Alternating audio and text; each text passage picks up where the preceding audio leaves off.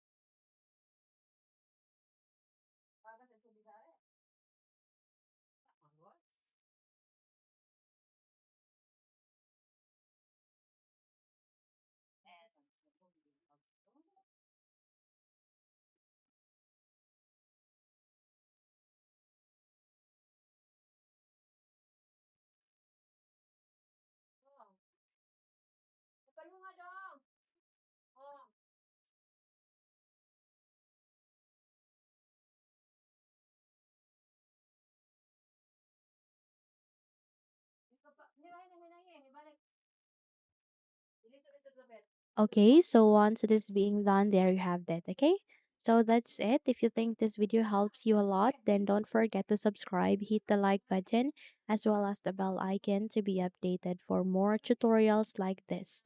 Thank you for watching this video and take care everyone.